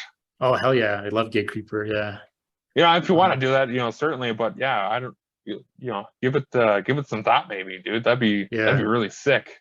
yeah. Or Sepultura. I could say like Max lives in Arizona, so he gets the Dude, center. yeah, that counts. Or just a Yeah. big picture of him. Oh hell yeah, yeah. Picture of Max. Yeah. That'd be Um, cool. Yeah, no, I dig them. The Soulfly is gonna tour on their new album that came out over the summer. I think next month in January, and they're playing a show about an hour from here. So I'm definitely gonna try to make that show. Yeah, the Soulfly is like kind of like how I discovered Max, and so I definitely want to be at that show, the next Soulfly show. So, had you been listening to Soulfly before you had listened to Sepultura? Yeah, what happened was Oh, wow. so like yeah, when I was like in I don't know, eighth grade or something, like I remember my dad took me to like this one CD store called Warehouse and um in this place called Flagstaff, Arizona, and he let me like pick a CD, and I picked a CD. It was called it was like a compilation. It was called like the hard, the heavy. And so like the Cool. hard disc was like all the rock bands, and then the heavy disc was all the like the metal bands. And Cool. yeah, there was a Soulfly song on that CD, and I think it was the Eye for an Eye song from the first Soulfly album. Okay. The Eye for an Eye, it's like the first song off the first Soulfly album. Yeah, that song was on that compilation. And then yeah, it was like just super heavy and catchy. And I think a couple months later, the second Soulfly album came out, the Primitive album, which is I'm pretty sure I know I've seen the album cover before. yeah, which is basically like Max with like a bunch of like new metal like vocalists. Like there was like Corey from Slipknot and Fred Durst from like Limp Bizkit and Chino Marino from Deftones. It's like basically like Wow. it's a new metal Soulfly new metal album with all the current new metal vocalists that were big at the time.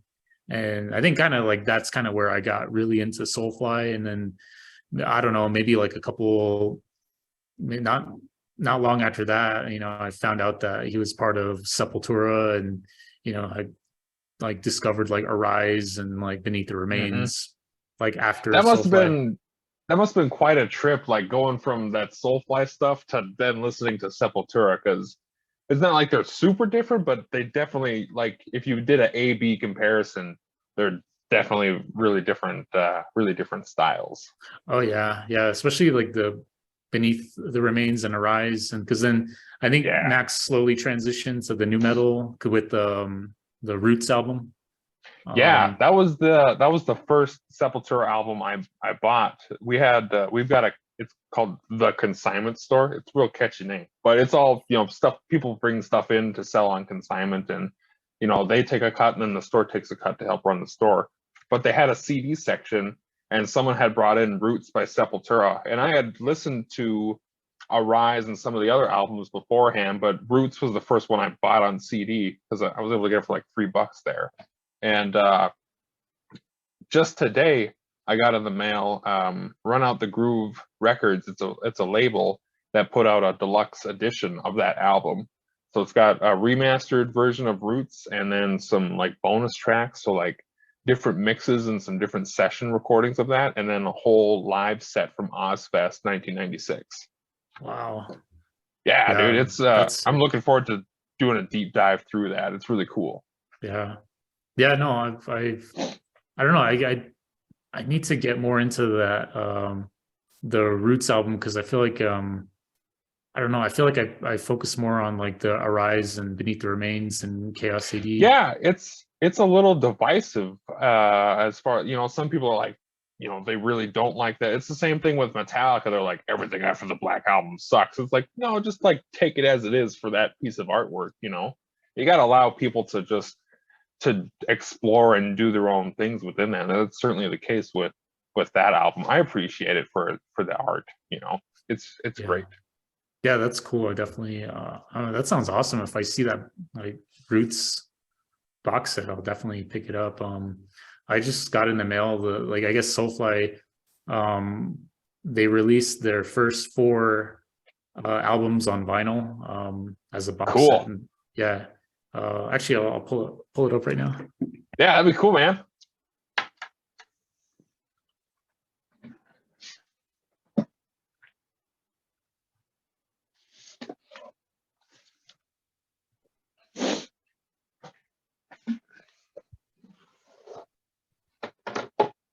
Yeah, see, here's the oops. This just came in. Nice. And then it's got the first 4 Soulfly records. So I imagine, when did those come out? Those come out mid to late? No, they must have come out late 90s, early 2000s, right? Yeah, so this is the first Soulfly album. This one. Okay. Yeah, I've seen that cover before. Yeah, and it's got the I-4-9. The first track is I-4-9. Sick. And then this is the new metal album I was telling you about, the Primitive. Okay. Yeah. Basically like the whole album has like a new metal vocalist on it. And then Oh, dude, that's sick. And then this is the 3rd album. It's probably like, I don't know. I remember listening to it for the first time and it didn't really click with me. But I've never seen that one.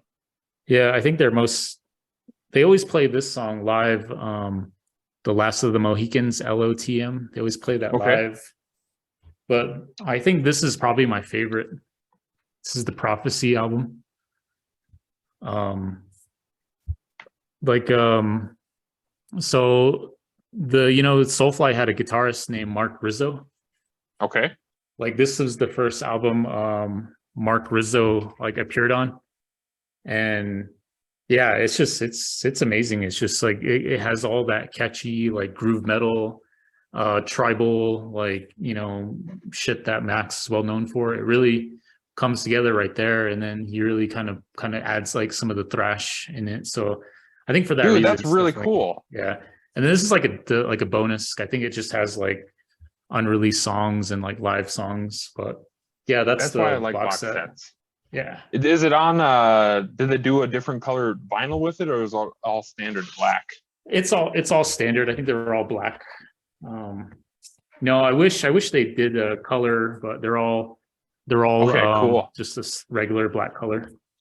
So here, and I'll show you mine. So they did it came in a box, but this is live at Ozfest 1996. I don't know which show it's from exactly. And then it's got some bonus tracks on here. So on YouTube, you can find it. It's called the 2 Meter Sessions. There's a version of Attitude on here that's really, really intense with a really cool instrumental intro to it. And then they did a remaster of this. And then all of these ones are on a red vinyl. Oh, nice. Like a marbled. Yeah. So I'm a big nerd when it comes to different colored records and stuff like that. Yeah, me too. If I have the option of like a limited color one, I'll definitely go for that. Yeah, and that's like the Phobophilic record. They did 3 different versions, and I got all 3 different ones because I was like, nice. They're gonna sell out all of these different, so I might as well get it just because I'm a completist. Yeah, I only got this one. It's the red. I don't know if you could tell. It's the red with the smoky red. Yeah, dude.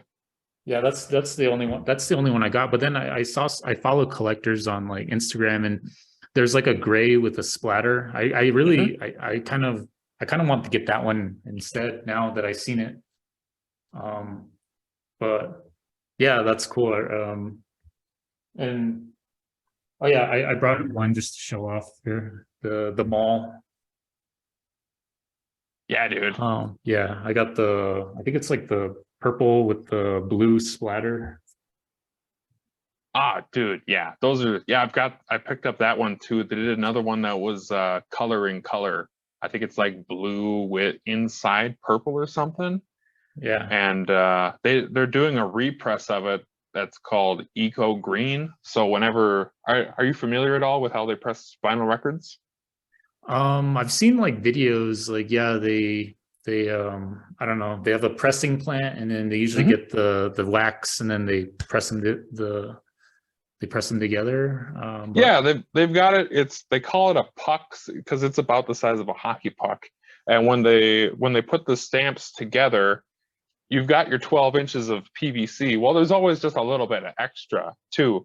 And the companies like to recycle that just so one, it saves money and you don't waste anything.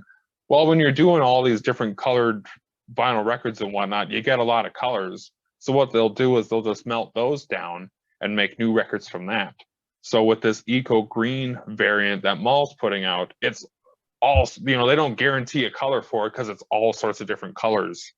So each one's going to be a little bit different, which I think is it's really cool and helps save on PVC, especially considering there was certainly a PVC shortage last year. I don't know if they're still struggling with that or not, but I know specifically in vinyl production there's definitely a bit of there's a lineup time. Like I ordered that Roots box set in March and it arrived today.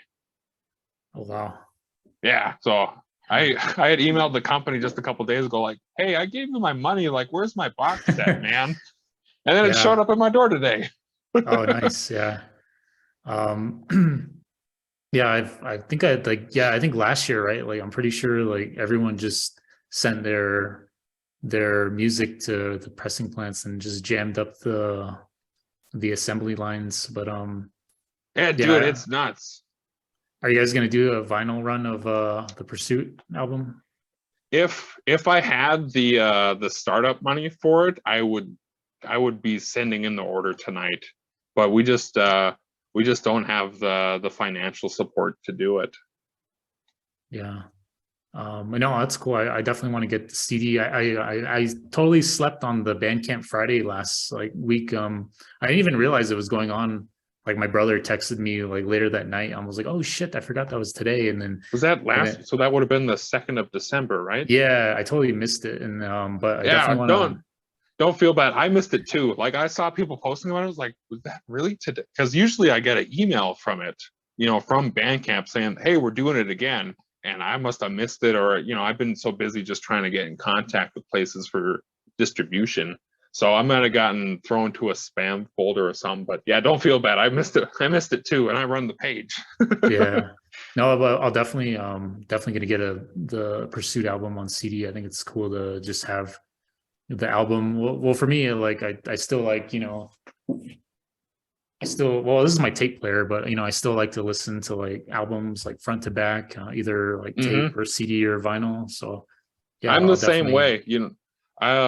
I go through Spotify and I go through Bandcamp and I'll stream an album and I look for that, did they write a whole complete album or did they write one song with a bunch of filler, and that's kind of my gauge. And then I'll go out and I'll buy the CD or record or whatever if I really like it.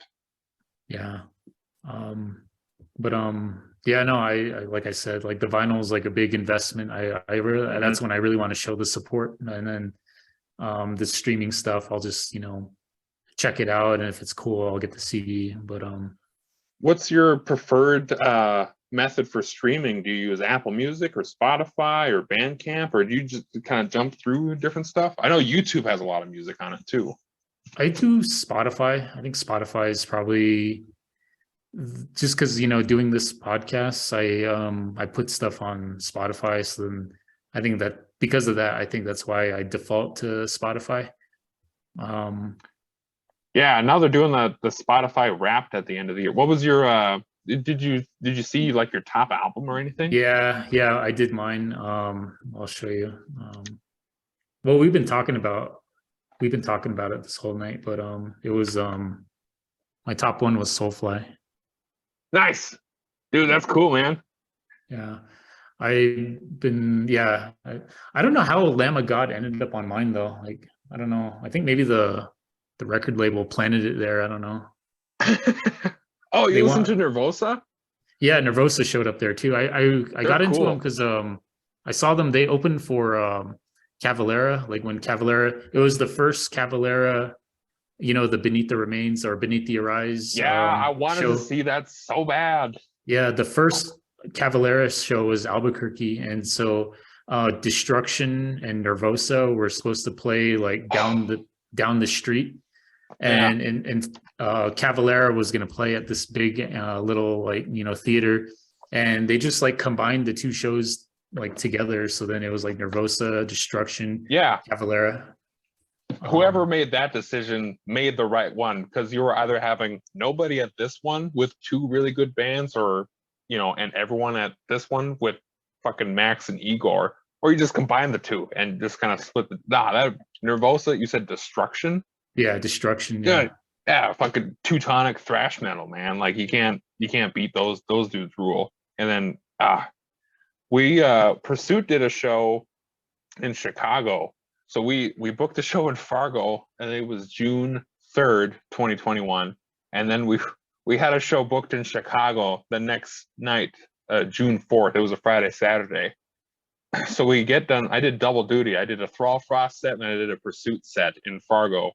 So we packed up the van and left Fargo at like 1:30 in the morning, drove all the way out to Chicago and played a show there. Well, that same night in Joliet, Illinois, which is only, I think it's like an hour drive. It's just on the outskirts of Chicago. Max and Igor were doing their Cavalera, what was it called? Beneath the Arise something yeah. tour. And I so wanted to go to that, but I was like, there's no way we're going to do the show and go check that out and get paid for this one. So I just kind of took the loss on that one. That would have been really cool to see. Yeah, they did it back in I think May. I think May and June was the first and the Yeah. part of it, and then they did the second part just recently. I got to go to there. It was the last show, one of the last shows. It was in Tucson, Arizona, back in October. It was like Mm-hmm. yeah, a couple days before Halloween, which was cool. So I got to see it on both, That would have been cool. the spring and then the fall. So yeah, it was Are you awesome. oh, sorry. Oh What no, were you saying? it was just cool just to see it again, like relive it. It wasn't as intense as the first one, but Okay. it was still cool. You said you said Fort Defiance? Yeah, yeah. How Oh, far away are you? Oh, how uh, far away are you from Prescott, Arizona? it's quite a ways, probably like Oh, it is? Okay. 4 to 5 hours. Okay. When my mom was a little kid, my grandpa was an amateur wrestler. I suppose he was a pro wrestler at that point. So there was a wrestling league in Arizona, and she would have been in like second or third grade. So this is like early 70s when my grandpa was a professional wrestler there. So I know they lived in Arizona at one point. Yeah, yeah. It's closer to like the Phoenix area. That's like, I'm more in like the northeast corner of Arizona, and then yeah, Prescott's about, I want to say like an hour north of Phoenix, or maybe Okay, an hour and okay. 30 minutes north of Phoenix. I've Um, I've never been down that way. yeah, it's kind of like split. I think like whenever there's like a big show or a big like, band that's going through Arizona, it's almost always going to be Phoenix or Tucson. Like Phoenix for sure is like the big market. Like, they got all these like big arenas, and Hmm. then Hmm. Tucson is kind of like the secondary market. It's a college town. That's where I went to school, University of Arizona, but they got smaller like theaters, and um, they don't have like bigger. They have like a convention center there, but it's kind of more of a secondary market. And then probably the tertiary, like third market would be Flagstaff, Arizona. It's closer to where I'm at. It's Okay. probably, I want to say like it's similar to like Bismarck. It's like kind of like the same size. And Right. yeah, people like there'll be bands that play there, but it's usually like, the um kind of like the middle tier, like death metal, like hardcore will probably stop in Flagstaff. Whereas like, the big upper tier band, like I don't know, like Anthrax will probably stop in Mhm. Phoenix, of all the places in Arizona. And I imagine when you're at that level, like it's probably easier for them to book one show for that bigger market than it would be to do a bunch of smaller shows, just Oh probably more yeah, efficient. everyone in the state will of that band will drive to Phoenix to see Yeah. them. No, I like it. That totally makes sense. That, only makes sense logistically. But, if I were to book a tour for Pursuit, we'd probably have to make like 3, 4 stops in New Mexico, Arizona, just to hit all the little markets, because we'd be playing in front of 40, 50 people a night. Yeah. Um, yeah, do you guys, I know you mentioned you did a small tour. Was it Yeah. mostly up in the Midwest area? Yeah, we did 6 days in a row. We started Sunday in St. Paul. So we went St. Paul, Des Moines, Kansas City, St. Louis, Milwaukee, Madison. And just about all those shows were really good, really big success as far as we were concerned. We came out ahead. We didn't lose a bunch of money, which is what I thought was going to happen. I was pretty much certain, like, we're going to end up on the side of the road somewhere in the middle of Illinois trying to get gas for something. But no, nothing. Like, our van ran just fine. The people that we interacted with were great. Everyone was real hospitable. The people that saw our stuff were really into it. Madison and Milwaukee were definitely really cool stops, but the kickoff was in St. Paul, so we had a lot of people that we already knew at those shows. But it was like probably top 5 experiences of my whole life just doing that, and it was a lot of work, but it was a lot of fun too. Oh, awesome. Yeah. And you're going to do a couple of shows with Maul, you Yeah, mentioned? yeah, we're playing in Kansas City again. It's at the Flesh Pit, I think it's called. They got a Facebook page. And then we're playing at the Reverb Lounge in Omaha, Nebraska. I've played in Omaha before with Rawl Frost. That was at Dr. Jack's Drinkery. It's just a little bar in Omaha. And I think Reverb Lounge, I'm pretty sure is downtown. It's like a small to mid-sized club. And then we're doing the aquarium in Fargo, which I've played the aquarium dozens and dozens of times. So that'll be cool. That'll be a really cool hometown gig. And other than those 3 gigs, we've got a New Year's Eve show in Grand Forks that we'll be doing with it's going to be a bit of a mixed bill, but we figured, well, it's another show, and we got things figured out, and we thought, well, what a cool way to kind of end the year, as up in Grand Forks and do a show with them. So yeah, 4 shows for this month. Nice. Yeah, I definitely would like to check you guys out live, and especially Maul. I think I've just been seeing like people, fans like, recording on their phones, but yeah, they look They're look cool. intense Yeah, live. Yeah. they're, And no, dude, they're the greatest. The last show they did in Fargo, I caught Garrett when he stage dived into the crowd. It was cool. awesome. Yeah, I saw Phobophilic last year. They were with Gatecreeper last summer. Yeah. Yeah, I saw them in Albuquerque, and then I think they just played like Phoenix and Tucson last week. But I'm like 5 hours away. I couldn't make that, but definitely. I mapped out that Slave to the Grave or Slave to the Grind tour, and they're hitting like all throughout the United States. It's a fantastic opportunity for those guys to get out and play in front of all those people. Like it's really special that a band from Fargo is able to do that and get the recognition that they have. But it's really cool. It's something for me to aspire to, for sure. Yeah, it's cool, and their album is fucking awesome. Dude, yeah, it's dope. It's pretty great. Yeah, definitely one of my favorites. Oh, I don't even know where I put it. Oh, it's buried under all the Soulfly records. Yeah. Yeah, no, they're cool, and I was like looking forward to that album just because I kind of like just picked up on them, just actually, I was like, the one place I would like go to in Fargo would be the record store, the Orange Records, and Yeah. yeah, I would just kind of just follow the record store on like Instagram, and then I saw them like sharing like Phobophilic like flyers and the cover of that record, the Undimensioned Identities, and I was like, oh, that's pretty sick looking. I'm gonna check it out, and then yeah, it was badass, and knowing that they're from Fargo. And yeah, I mean, I can just, I think I'm just like really, I know what it's like. It's like super cold and it's a small scene. So like, yeah, I was like immediately like drawn to them, and then just like, following their tours and shows. Like, yeah, that's how I kind of caught on to like Maul. And yeah, so it's cool just seeing them like get bigger like every week, it seems like.